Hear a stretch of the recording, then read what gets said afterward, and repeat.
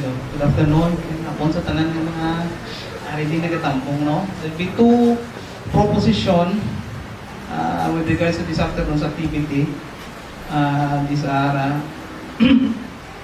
proposition number 1, resolve that according to the Bible alone, the papacy was established by Jesus Christ.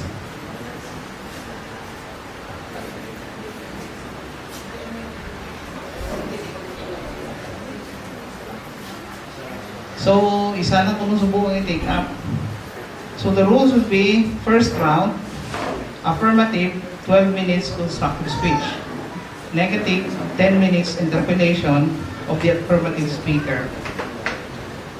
Negative, 12 minutes constructive speech, followed by an affirmative 10 minutes interpellation of the negative speaker.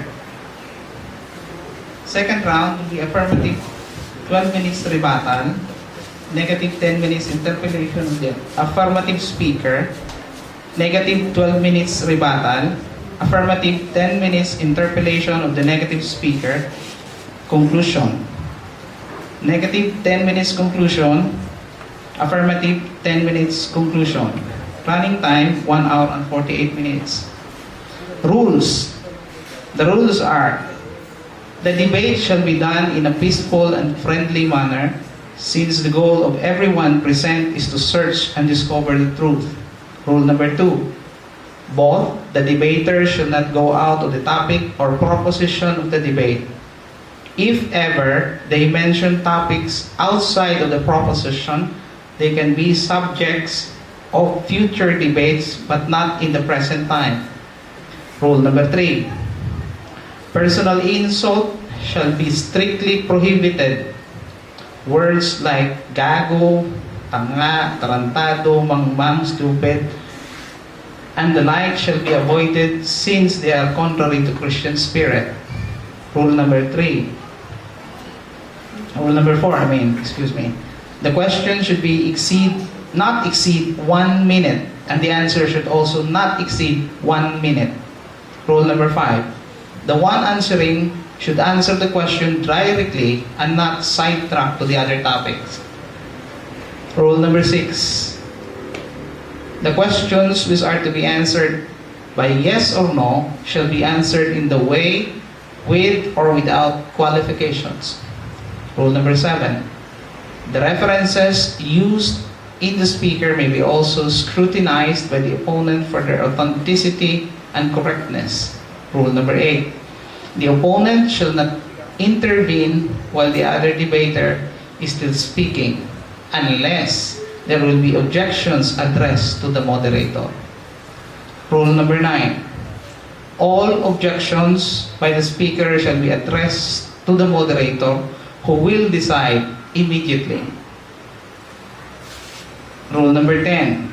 The moderator who was chosen for his impartiality and fairness shall be duly respected by all in his decisions.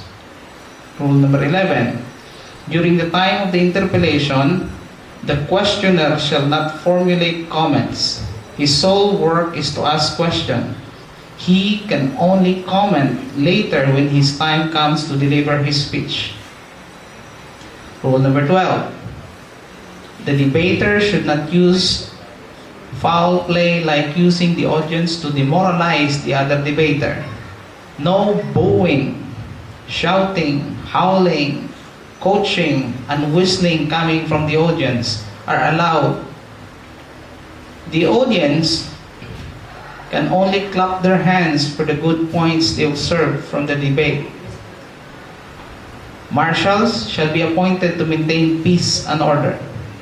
Rule number 13. The debater who transgressed these rules and has been warned 4 times shall be declared disqualified and therefore defeated. The timekeeper shall be the one to count the number of transgression. Rule number 14. There shall be 2 timekeepers, each one coming from the opposing churches, who will give sign to the debater 2 minutes before the time and the time. It is highly commendable to all if a wall clock is displayed for the debaters and audience to see. Rule number 15. After the debate is over, No one among the debaters shall add any further comments or speeches. May God be glorified in His Christian endeavor. Good afternoon. First, the affirmative speaker, 12 minutes constructive speech, followed by 10 minutes interpellation of the affirmative speaker.